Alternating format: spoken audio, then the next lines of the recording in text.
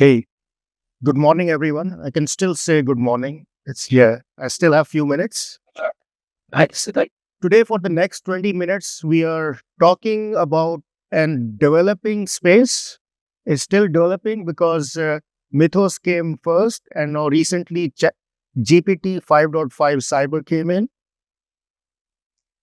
And what these models are doing is changing the way you want to look at your current vulnerability management programs. And that's what we are going to discuss for the next 20 minutes. That I wanted to do an analogy and I thought about it, and Y2K came to mind. Obviously, everybody was born before year 2000. They know Y2K. It was another tsunami was coming, but tsunami didn't come. Everybody put resources, efforts to that work, but there was an end date to it. That was January 1st, year 2000. This is different. It's not a sprint going into a date. It's more of a marathon with a rolling deadline. And why is it different?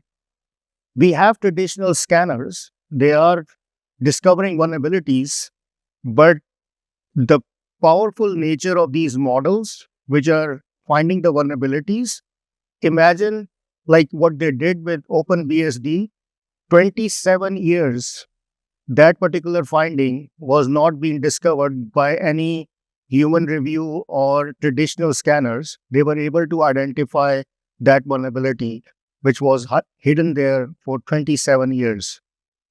It's not like needle in a haystack. It was more like we didn't even know that needle existed in that haystack. They were able to identify that.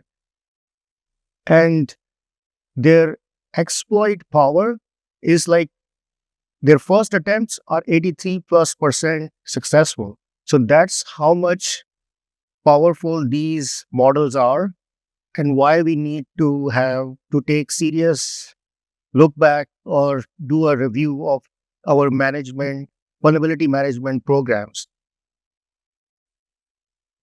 If we look at this rolling deadline and what's happening, these models just recently came out. Those were so powerful that they did not make it public, rather created a project, a Glasswing project. And those vulnerabilities, these organizations are looking at their commercial softwares, giving out the patches to address those vulnerabilities, open source, providing these updated libraries. And those findings, we are seeing those findings in our customer base. They are coming in and this is growing, but they are still linearly growing. 6 to 18 months, think about it, these models will become more public. They will be available for the organizations as well as the bad actors. And then the tsunami will hit and you will get the vulnerability scale, which is 10x or more than 10x. We don't know yet. Yeah. And how is it different? If you look at how is it different, previously we used to look at severities, technical scores, CVSS scoring of those vulnerabilities. Now with these models, they can create exploits looking at combination of vulnerabilities. If you are currently doing your vulnerability management programs, like you have infrastructure security teams, you have application security teams, both are looking at their own view of those vulnerabilities, working in silos. Interestingly, I was just talking outside to one of the attendee, and he was telling me the exact same problem, that he has a vulnerability team, he has a security team, both are working in silos. They are finding vulnerabilities. The connection is the human connection which they are making right now. Currently, their team manually review those vulnerabilities to see if there is a connection between the infrastructure and the software vulnerabilities. But the pace which you will get exploited with these combination of low-end vulnerabilities, medium, low, medium, high versus critical, those can combine together and give you critical exploits, which you need to address right away. But the point is, were you able to identify those chaining of the risk which is being generated through the combining these vulnerabilities into low, medium, high. And time to exploit, like the way they are creating those exploits, these models, that we used to see the vulnerabilities, yeah, this is critical vulnerability, but there is no exploit there. There is no patch. We are all good to go. We can accept the risk. That's not the case anymore. The exploit timelines are shrinking drastically. And you have to, if you see a critical vulnerability applicable to your environment, then you have to address it right away. So what we see around severities, yes, they are input, but they are not the one to make the decision on. That was the way you used to do it in the past with CVSS, medium, low, high. But now you have to bring the business context in view, align the business context right away. That's where business risk intelligence come in the picture. How you are ingesting those findings and aligning the business risk, that should be part of your management program. If that is not your right now, you are not managing program, you have to rethink about how you're doing the vulnerability management. I have seen many customers, everyone has its own way of risk scoring. That is totally fine, like whatever you're contributing, but bringing the business context is way critical. And looking at, let's say, a print server versus a web server, same critical vulnerability is not relevant to one versus the other.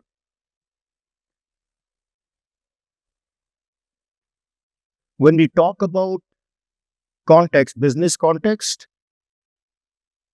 production versus non-production, from a data compliance perspective, what is relevant, what is not relevant, from a business revenue perspective, which applications I need to focus on versus the other.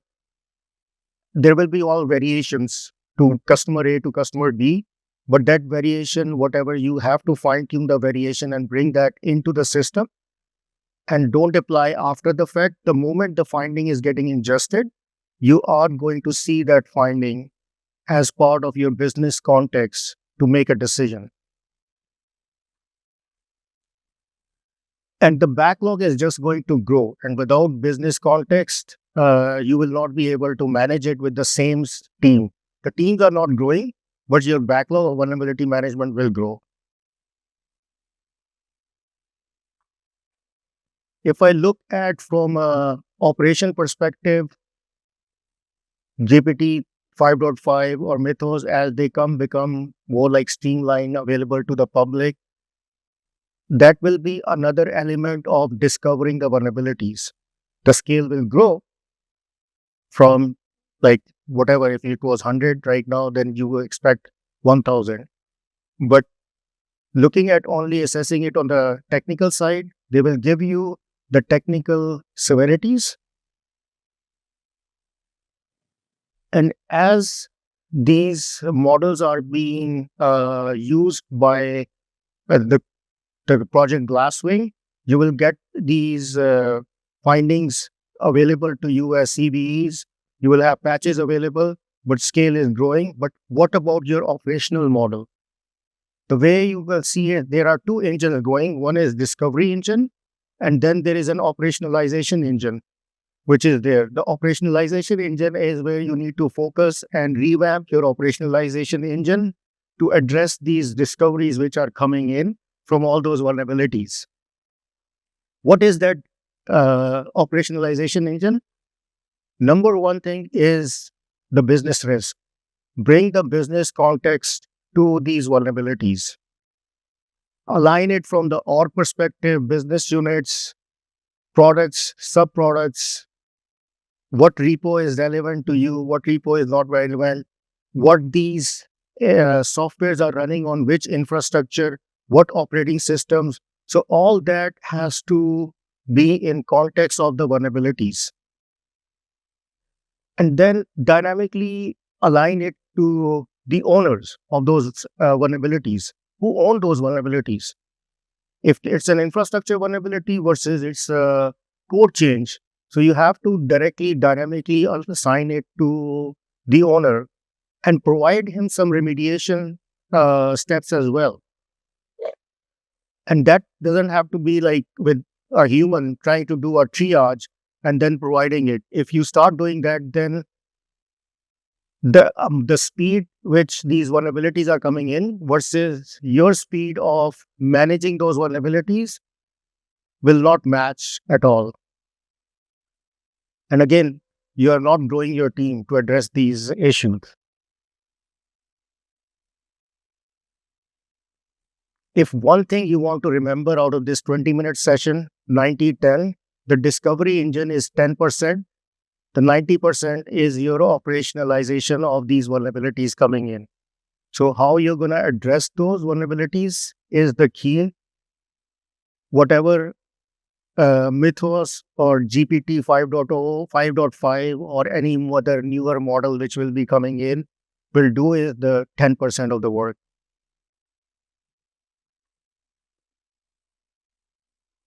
From a context perspective, one example to give you like what I'm talking about, the context. Let's say there is a critical RC vulnerability, remote code execution, but that is on a test server inside your environment, which is because of the firewall and it's totally air gap, no outside connection, then it's not critical for you. So having that type of context is important. Then even if it is coming as a critical, you can ignore it and you can put that, hey, composition controls are in place. So the moment us finding can come like this on a host, which is a test server, you can dynamically change its risk scoring down so that you don't have to focus on it at all once you ingest that, but you are not looking at it like this, right? But at the same time, if there is even a medium vulnerability like server-side remote forgery, request forgery, uh, could be very critical if it's on your payment processing system. If that particular, even it came as medium, but you know that the sub-product is the payment processing applications module, so then you probably want to look at it right away. So that level of business context needs to be available to you when you're looking on these findings, and that you do not have to triage and analyze it manually. That should be triaged and analyzed dynamically.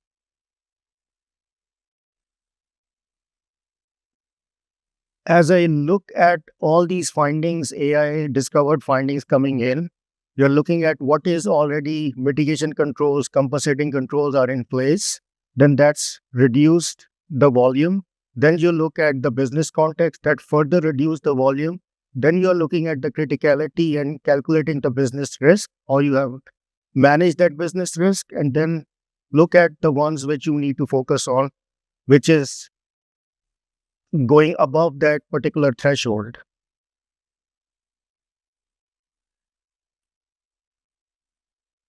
I'll just summarize the talk.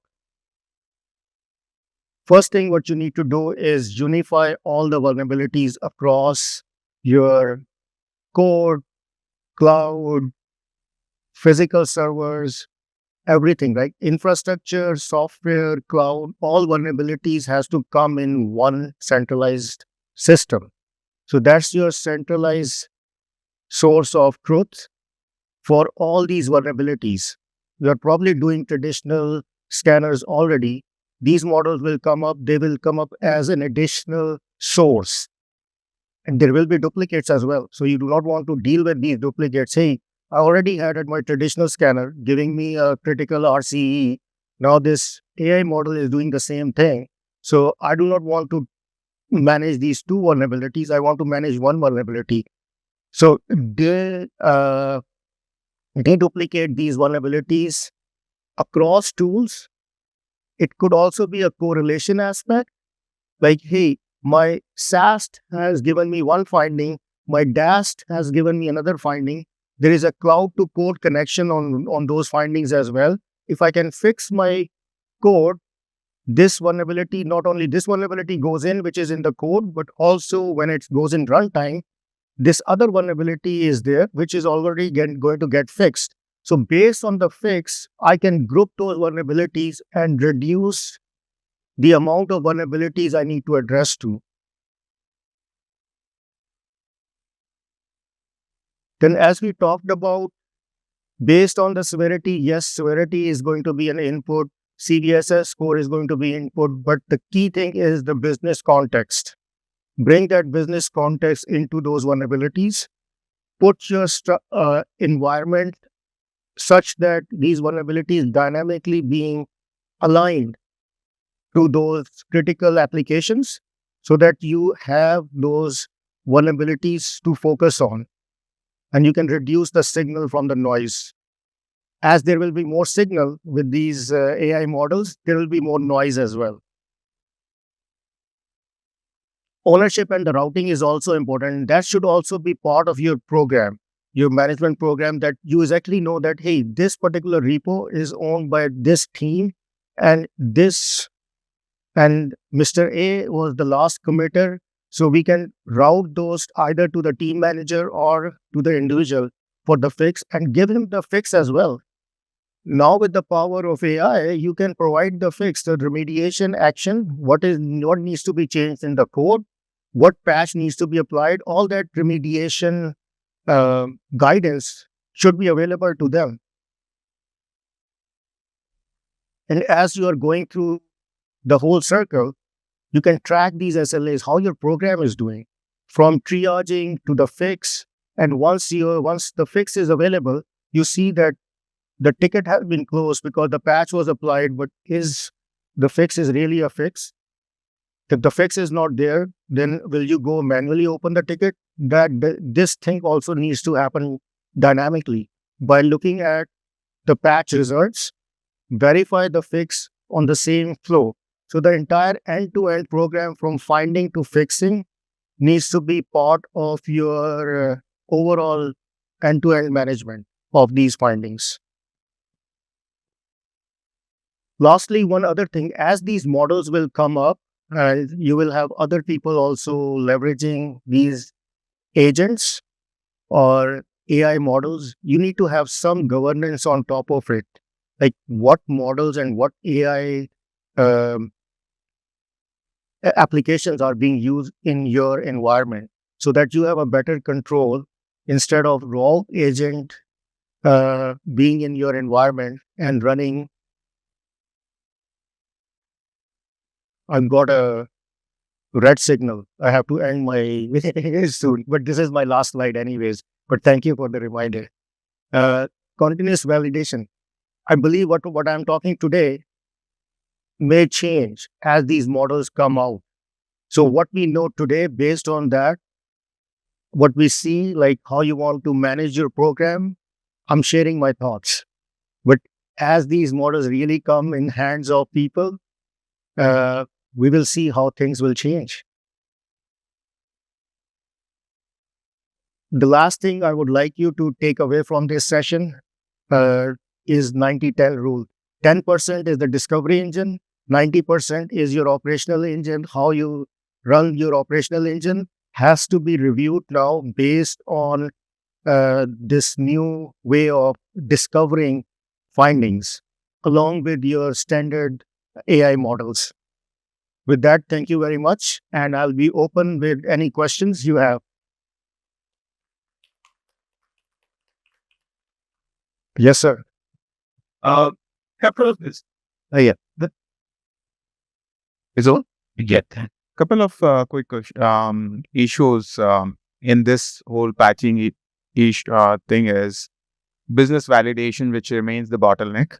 The patches will come at scale, but the business validation testing will remain the limiting factor. All of a sudden, you can't have business team validating those patches, especially related to business application. And then second is, in all cases, like you have also mentioned, there would be 0 days. That means the patch may not be available. So what do you do? Yeah. So very good question. 0 day where the patches are not available. One approach to this program management, which I didn't cover, is like assume that the breach is happening. Once you assume the breach is happening to your critical infrastructure, what can you do to control it? So the mitigation controls which needs to be in place, that also needs a review overall. Like look at what mitigation controls you can put in place even today without these findings being discovered, assuming that there will be findings discovered. Hey, can I reduce the attack surface? Can I bring air gap where I can bring air gap? So that's what you want to look at. Cool. Looks like my time is over. Thank you very much. I will be over there at my booth. Please come stop by. If you would like to do just like a free assessment of your current people process technology, we have a free assessment available. We can generate a report for you and give you a free assessment to see how your program is running today and what you would like to do or changes you would like to do from the program. Thank you very much. Sure.